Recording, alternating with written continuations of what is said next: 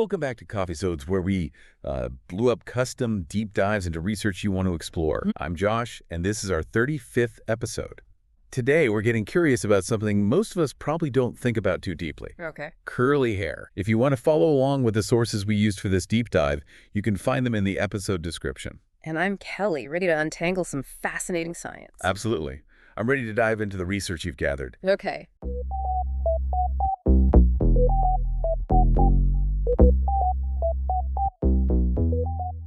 So tell me, why does hair curl? I mean, it seems like such a basic question, but I'm guessing it's more complex than we think. You're right. It's surprisingly intricate. Yeah. For a long time, research was really focused on what was often called African hair. But thankfully, more recent studies have shown that curly hair is actually a phenotype, meaning it's a characteristic that's not tied to any one race.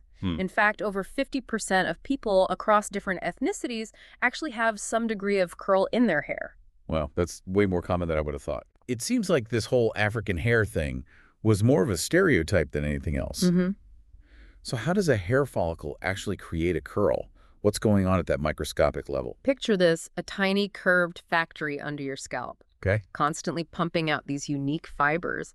That's essentially what a curly hair follicle is. Wow. Unlike straight hair follicles, which grow straight out from the scalp, curly hair follicles are curved and grow at an angle. So the follicle itself is already setting the stage for that curl pattern. Exactly. And inside the follicle, the distribution of cells isn't uniform, Okay. particularly in the bulb inner root sheath and outer root sheath. Interesting. This uneven distribution contributes to that signature curved growth pattern. It's like a microscopic blueprint for curls. Yeah. What else contributes to that curly shape? If we zoom in even further to the microscopic level, we find that the proteins that make up curly hair are also arranged differently. Proteins. Tell me more. So hair is primarily made up of a protein called keratin. Okay. Think of these proteins like tiny Lego bricks. In curly hair, the way these keratin proteins are linked and arranged is unique, contributing to its shape and properties. Okay, so we've got the curved follicle, the asymmetrical cell distribution, and these uniquely arranged proteins all working together to create those curls.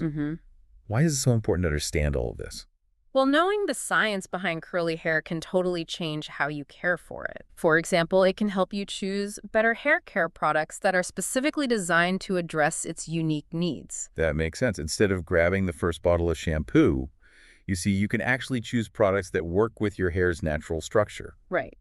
What else? This knowledge can also help you understand why certain styling techniques work better on curly hair. Okay. What might be great for straight hair could actually damage curly hair. Right.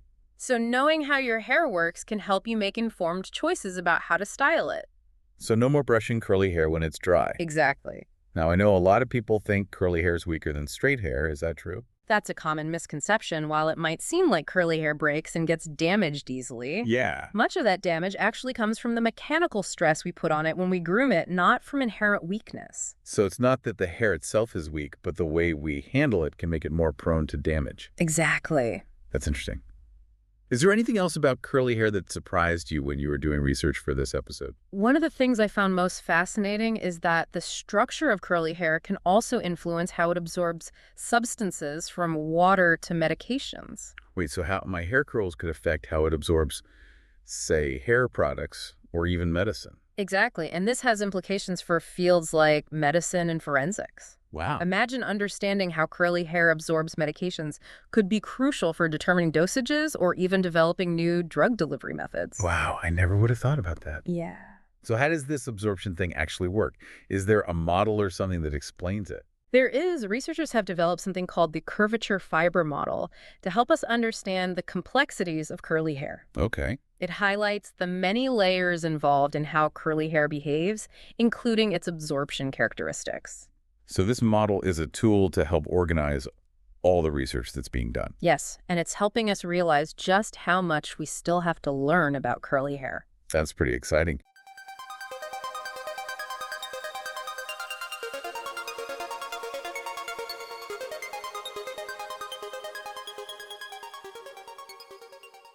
So we've gone from the anatomy of a curl to the strength of curly hair and now to its absorption abilities. What's next? Well, one thing that struck me was how we categorize Curly hair? Yeah. We've already talked about how race-based classifications are problematic. Right. But even beyond that, there are challenges in describing and categorizing different curl patterns. You're right. It seems like there are so many different systems out there. Some are super detailed, like those 8 curl type systems, Right. and others are simpler with just a few categories. Yeah. How do we make sense of all that? That's the key question. We need a system that's both accurate and practical. Some of those more detailed systems can be really hard to use, especially when you're dealing with large groups of people. So trying to fit everyone into those hyper-specific boxes just gets too complicated? It can be overwhelming. Yeah. That's why some researchers are suggesting we simplify things a bit. Okay. Maybe going with 6 or even just 4 categories instead of 8.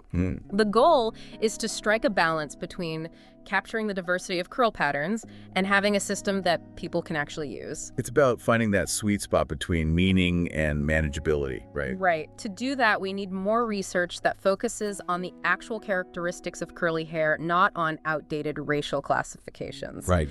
Things like curl diameter, the shape of the hair shaft, and how curls behave under different conditions. It's like we're building a whole new language to describe curly hair, one that's based on real science, not stereotypes. I like that. Me too.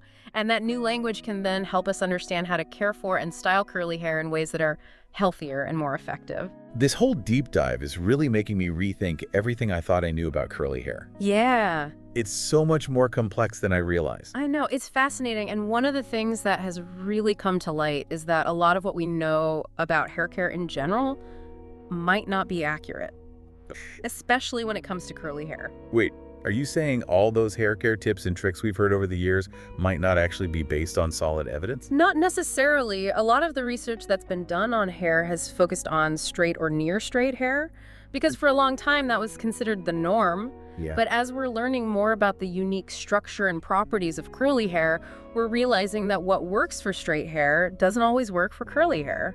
It's like we've been trying to fit a square peg into a round hole. Exactly, and that can lead to all sorts of problems, from damage to just not being able to get the look you want. So if we can't always rely on conventional hair care advice, how do we figure out what actually works for curly hair? That's where things get really exciting. This new wave of research on curly hair is opening up so many possibilities for developing hair care products and styling techniques that are specifically designed for curly hair. It's like a whole new frontier of hair care is opening up, and we're just starting to explore it. Precisely, and that's why it's so important for people with curly hair to understand the science behind their curls. Yeah. It empowers them to make informed choices about their hair care and to challenge those outdated assumptions that have held them back for so long. I love that. It's about time curly hair got the attention and respect it deserves. Yeah. Before we wrap things up, what would you say is the most important takeaway for our listener today? What should they be thinking about when they look in the mirror at their own curls?